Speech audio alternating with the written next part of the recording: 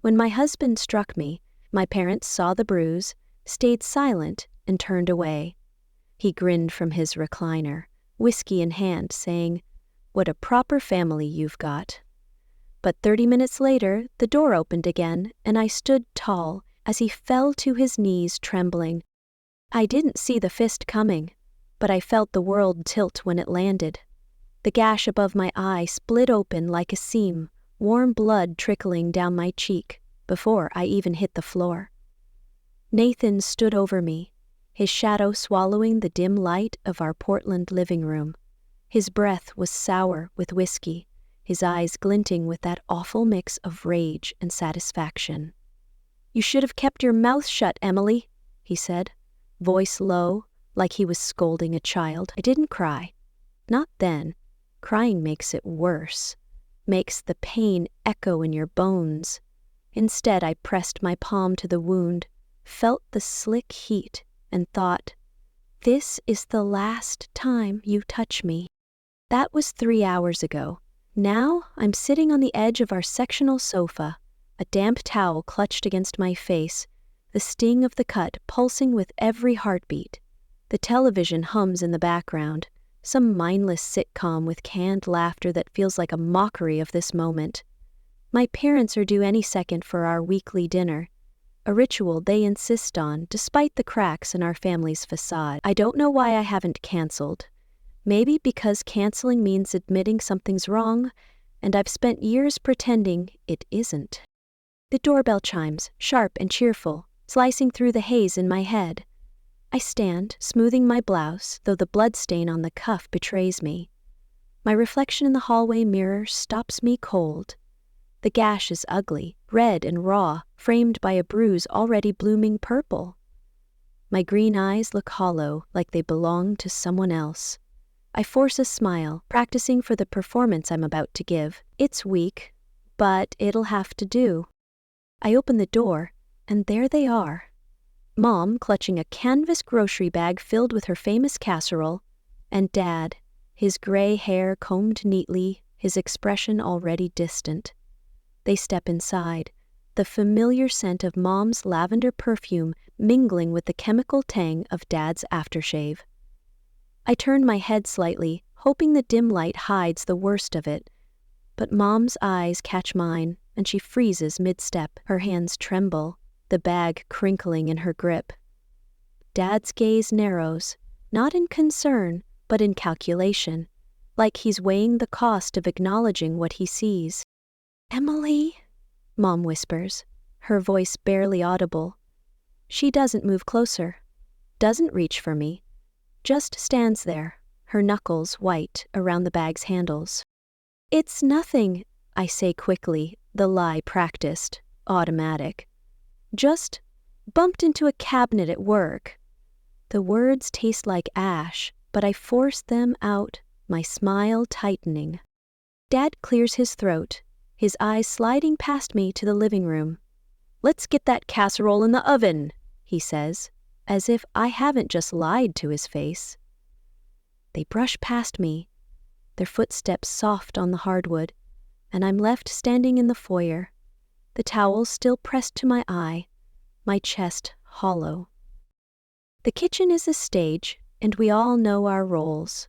Mom busies herself with the casserole, her movements jerky, like she's trying to outrun her own thoughts.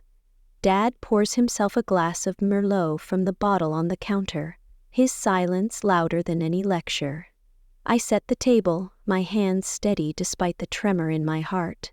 The clink of plates is the only sound until Nathan saunters in from the hallway, shirt unbuttoned, a half-empty whiskey glass in his hand. He's all charm and menace, his dark hair mussed just enough to look effortless, his smirk sharp enough to cut.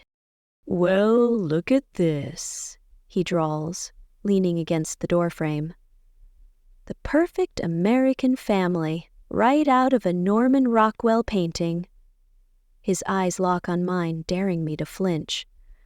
"Such a refined bunch you've got, Emily." Mom's hands falter, a spoon slipping from her fingers and clattering against the counter. Dad sips his wine, his jaw tight, but neither of them looks at Nathan. Neither of them speaks. The air thickens, heavy with the weight of their complicity. I want to scream, to grab their shoulders and shake them until they see me, really see me, but I don't. I've learned silence is safer, even if it costs me everything. Dinner is a farce.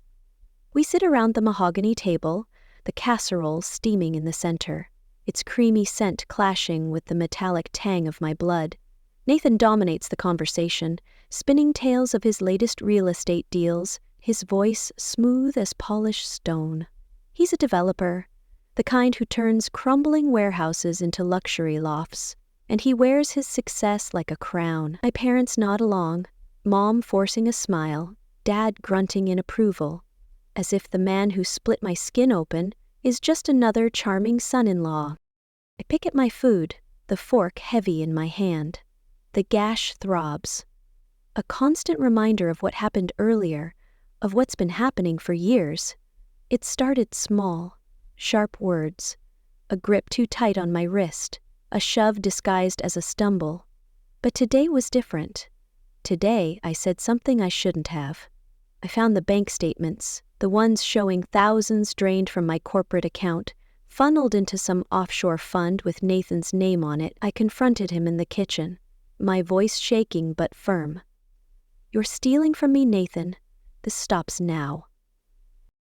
He didn't flinch, just set his whiskey down, slow and deliberate, and said, "You done?" I should have stopped there. Should have seen the storm brewing in his eyes, but I didn't. "I'm serious," I said. And that's when his hand cracked across my face, sending me sprawling into the glass coffee table. The shatter was deafening, shards biting into my arm, my vision blurring as he loomed over me. "You always push, Emily," he said, his voice soft, almost tender. "You always make it a thing." Now, as Mom passes the salad, I feel the weight of that moment, the weight of every moment I've let slide. My parents' silence is a betrayal, but it's not new. They've always chosen peace over truth, propriety over their daughter. I wonder if they see the blood seeping through the towel I've tucked under the table, or if they're just pretending it's not there, like they pretend Nathan's temper is just stress from his high-stakes deals. The meal ends abruptly when Nathan belches, loud and unapologetic, and shoves his plate away. "Great spread, Linda," he says to Mom, who murmurs a thank you without meeting his eyes. He stands, stretching, and heads for the recliner in the living room, the leather creaking under his weight. My parents rise too, gathering their coats with the efficiency of people fleeing a crime scene. "We'll see you next week," Dad says, his voice flat, and they're gone before I can respond, the door clicking shut behind them like a period at the end of a sentence. I'm alone now, except for Nathan snoring from the recliner, the whiskey glass tipped precariously against his chest. The house is too quiet, the kind of quiet that amplifies every creak, every whisper of doubt. I stand, my legs unsteady, and walk to the bathroom, locking the door behind me. The mirror doesn't lie. The gash is worse than I thought, the bruise spreading like ink across my cheekbone. I wipe the blood from my lip with a square of toilet paper, watching it bloom red, and something in me shifts. I'm not broken. Tired, yes.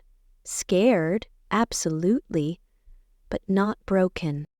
I whisper to my reflection, "I exist." The words are small, but they carry weight, like stones dropped into still water. I reach for my phone, my fingers trembling as I open a message thread labeled simply, "Sarah, my friend, my lifeline, a lawyer who's seen too much to believe in fairy tales." I type, "I'm done," and hit send before I can second-guess myself. No reply comes, but I don't need one. Not yet. Back in the living room, the sky has darkened, the Portland drizzle streaking the windows. Nathan's snores are a low rumble, his face slack, almost innocent. I know better. I've seen the monster behind that mask, the one who locked me in the basement last month, his voice cold through the door. You'll learn respect, Emily. I was down there for 6 hours, the air damp and heavy, my nails clawing at a rusted window until it gave way. I scraped my hands raw, but I climbed out, heart pounding, and swore I'd never let him cage me again. That memory fuels me now. I move quietly, slipping into his home office, the one he thinks I don't dare enter. His desk is a mess of contracts and coffee stains, but I know where to look. Under a stack of blueprints, I find the envelope I prepared last week, when I first suspected he was siphoning my money. Inside are printouts of bank transfers, emails to some shady account in the Caymans, and a single sticky note in my handwriting. "You're not as smart as you think." I slide it onto his desk, right where he'll see it, and my pulse spikes. This is a risk, a declaration of war, but I'm past caring. The front door creaks open, and I freeze. It's too soon for Sarah, too late for anyone else. I step into the hallway, my breath shallow, and see her silhouette against the porch light. Sarah in a black trench coat, her blonde hair pulled tight, a briefcase in one hand and a burner phone in the other. She doesn't speak, just steps inside and closes the door softly, her eyes scanning my face. "Jesus, Emily," she whispers, but there's no pity in her voice, only resolve. "He's asleep," I say, nodding toward the living room. She sets the briefcase on the console table and opens it, revealing a folder thick with documents, a hidden camera the size of a pen, and a lease agreement for a safe house across town. "You're ready for this?" she asks, her voice low but steady.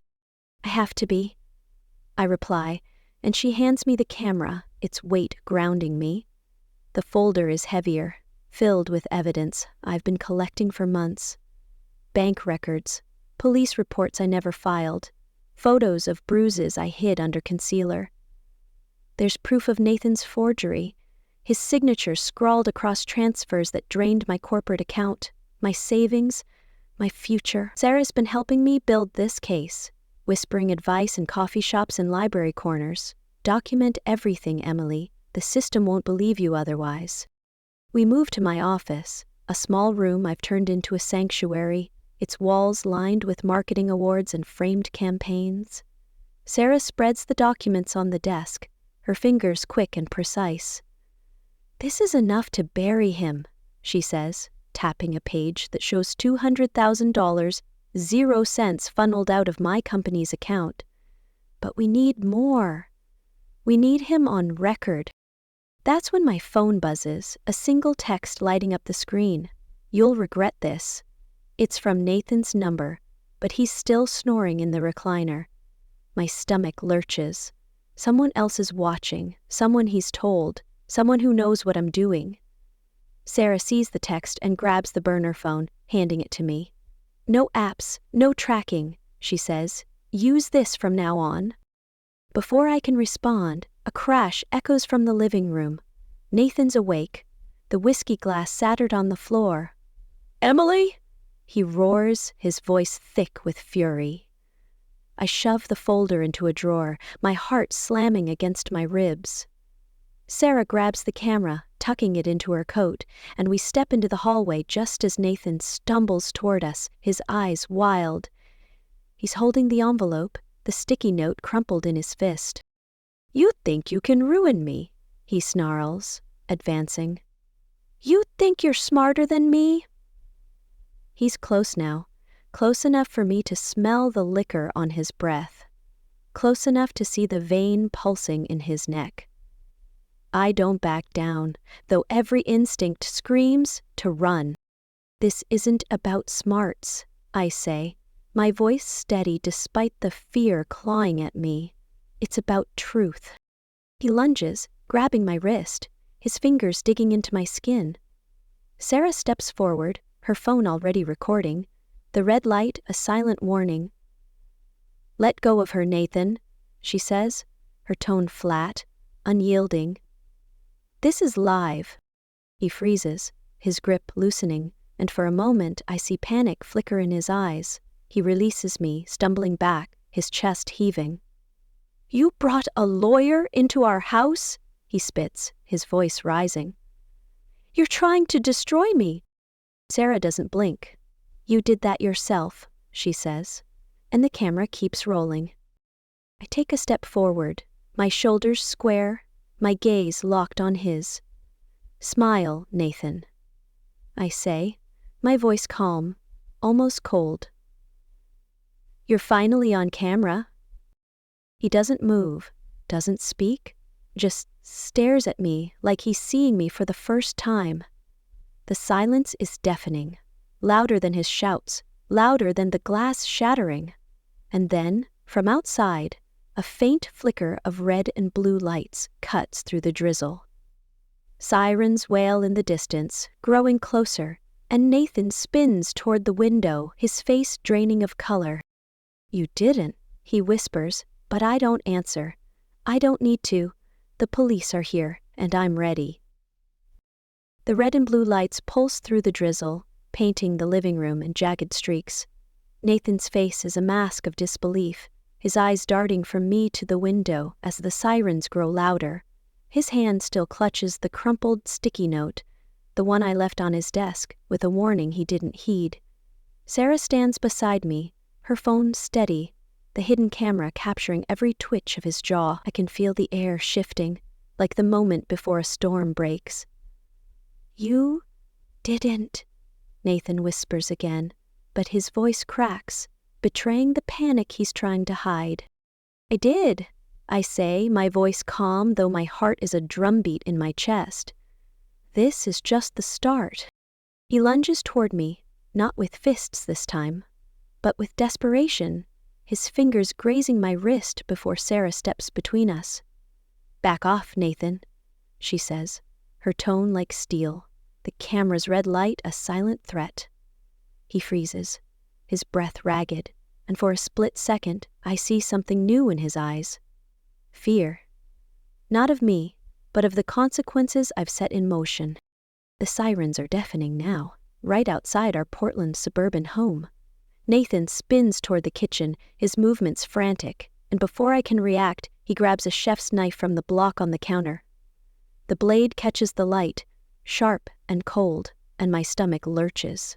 You think you can trap me? He snarls, cornering me against the hallway wall. His voice is high, brittle, like a man unraveling. You're nothing without me, Emily. Nothing.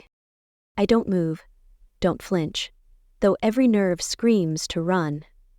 Sarah's voice cuts through the tension. Nathan, put it down. You're only making this worse.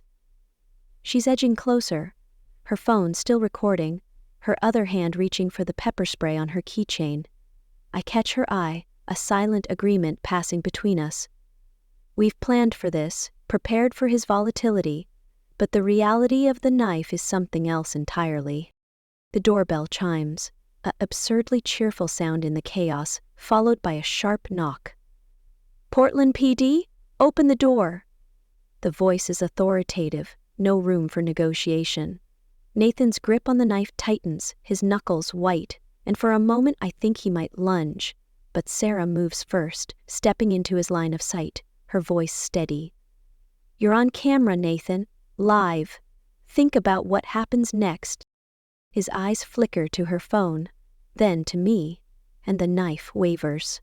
I seize the moment, slipping past him, my shoulder brushing the wall as I reach the front door. My hands tremble as I twist the knob, the cold metal grounding me. The door swings open, and 2 officers stand on the porch, their flashlights cutting through the rain. The first, a broad-shouldered man with a high and tight haircut, scans the scene, his hand resting on his holster. The second, a woman with gray streaks in her hair, locks eyes with me, her expression unreadable. He's got a knife, I say, my voice steadier than I feel. The officers move past me, their boots heavy on the hardwood, and I hear the younger one bark, "Drop it! Now!" Nathan's knife clatters to the floor, and he raises his hands, his face a mix of defiance and defeat. Sarah lowers her phone, but doesn't stop recording, capturing the moment they cuff him, his wrists twisting against the metal. The older officer, whose nameplate reads Hensley, approaches me, her gaze lingering on the gash above my eye. "You okay, ma'am?" she asks, her tone professional but not unkind. I nod, though the adrenaline is fading, leaving me shaky. "I have evidence," I say, reaching into my pocket for the USB I've carried like a talisman for weeks. "Videos, bank records, timestamps, it's all here." She takes the USB, her eyebrows lifting slightly, and hands it to her partner, who's already confiscating the knife. "We'll need you to come to the precinct," she says, and I nod again, my mind racing. As they lead Nathan out, his head bowed, he mutters, "This is a setup. She's crazy, you'll see." The words sting, but they don't surprise me. He's always been good at playing the victim. Sarah touches my arm, her presence a quiet anchor. "You did it," she whispers. But I don't feel victorious. Not yet. The officers are talking in low tones, and I catch a snippet from the younger one, his voice barely audible. "Caldwell's got connections. This might get messy." My stomach twists. Connections? What kind? Nathan's father, a former mayor, flashes in my mind, his influence a shadow I've never fully escaped. The drive to the precinct is a blur, Sarah's car cutting through the rain-slicked streets. I'm in the passenger seat, the USB's weight gone but its significance heavy in my thoughts. The safe house she's arranged is miles away, a nondescript rental in a quiet suburb, but first we have to face the police. My phone buzzes, a call from an unknown number, and I hesitate before silencing it. Sarah glances over. "Don't answer," she says. "Not until we're secure." At the precinct, a fluorescent-lit maze of desks and coffee stains, Detective Laura Hensley ushers me into an interview room. It's stark, just a metal table, 2 chairs, and a camera humming in the corner. She sits across from me, her notepad open, her eyes studying me like I'm a puzzle she's not sure she wants to solve. "Ms. Harper," she begins, "you've got a lot of evidence here. Impressive. But why wait until now to come forward?" The question lands like a jab, and I feel the familiar sting of doubt. Why didn't I leave sooner? Why didn't I scream the first time he hit me? I take a breath, steadying myself. "I didn't wait," I say, sliding a notarized affidavit across the table. "My therapist documented his behavior 6 months ago. She warned of escalation. I've been preparing because I knew no one would believe me without proof." Hensley reads the affidavit, her expression softening slightly, but her next question is sharper. "You're a marketing exec, right? High profile. Any chance this is about getting ahead in a divorce? Leverage for a settlement?" Her tone isn't accusing, but it's probing, testing my resolve. I fold my hands in my lap, hiding the tremor. If I'd waited for it to get worse, I'd be blamed for staying. If I come now, I'm called calculating. I prepared because I had to, because I knew I'd be sitting here, answering this question. My voice doesn't waver, though my chest aches with the weight of it. She scribbles something, then leans back. Fair enough. But before she can say more, the door opens, and a man in a tailored gray suit strides in. Nathan's attorney, Richard Voss, all polished confidence and expensive cologne. He's here too fast, like he was waiting in the wings, and the room's energy shifts. Hensley's jaw tightens, and I know I'm not imagining it. Voss is a problem. "Detective," he says, his voice smooth. "My client is a respected developer, not a criminal. Miss Harper's accusations are part of a personal vendetta. I'd suggest you tread carefully." He doesn't look at me, but his words are a blade, slicing through my carefully built case. Hensley excuses herself, leaving me alone with my thoughts. Across the hall, I hear Nathan's voice, loud and indignant, spinning his story. Voss's presence gnaws at me. How did he get here so quickly? Who called him? Nathan's father, the ex-mayor, is the obvious answer, but there's something else. Something bigger. A network, maybe, protecting men like Nathan. Men who charm their way out of consequences. The drive to the safe house is tense, Sarah's hands tight on the wheel. We're on I-84, the city lights blurring past, when I notice a black SUV trailing us, its headlights too close. "Sarah," I say, my voice low, "we've got company." She glances in the rear view, her lips pressing into a thin line. "Hold on," she says, and floors it, weaving through traffic. The SUV matches our speed, nearly clipping our bumper, and my heart slams against my ribs. This isn't random, this is Nathan's doing. Or someone he sent. Sarah takes a sharp exit, cutting through a residential street, and the SUV falls back, but not before I catch a glimpse of the driver. A man, his face obscured, his posture deliberate. We lose him in the maze of suburbs, but the fear lingers, a cold weight in my chest. Who was that? I ask, though I know Sarah doesn't have the answer. The safe house is a beige, split level, its curtains drawn, its lawn overgrown. Inside it smells of stale air and cheap carpet cleaner. Sarah checks the locks, her movements methodical, while I set the briefcase on the kitchen table, its contents my only shield. "You're safe here," she says, but her eyes betray her worry. "I'll stay until morning." That night, I can't sleep. The house creaks, every sound a potential threat. Around 2 a.m., I hear glass shatter downstairs. My pulse spikes, and I grab the burner phone, dialing Sarah, who's in the guest room. She's at my side in seconds, a baseball bat in hand, her face grim. We creep downstairs, the kitchen a mess of scattered files, my evidence strewn across the floor. Nothing stolen, but the message is clear. Someone knows where I am. Sarah calls a contact at the precinct, reporting the break-in. But the officer's response is curt. "We'll send a patrol, but it's probably kids." I don't believe it, and neither does she. The files are my lifeline, proof of Nathan's crimes. And someone wants me to know they can reach me, even here. Morning comes, gray and heavy with rain. I call my mother, needing to hear her voice, needing to believe she'll care. "Mom," I say when she picks up. "Nathan's been arrested for what he did to me."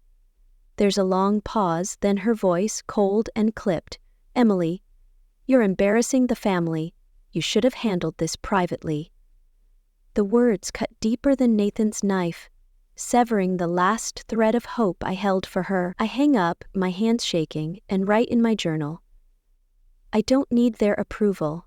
I need my truth. I label a new folder, Freedom, tucking the scattered files inside, each page a step toward reclaiming my life. But the day takes a darker turn when Sarah gets a call from her firm. Nathan's been released on bail, his father's influence at work. "He's out, Emily," she says, her voice tight. "And he's looking for you." I'm at my office later, trying to focus on a campaign pitch when he finds me. I'm alone in the parking lot, the dusk heavy with fog, when Nathan steps out of the shadows, his face twisted with rage.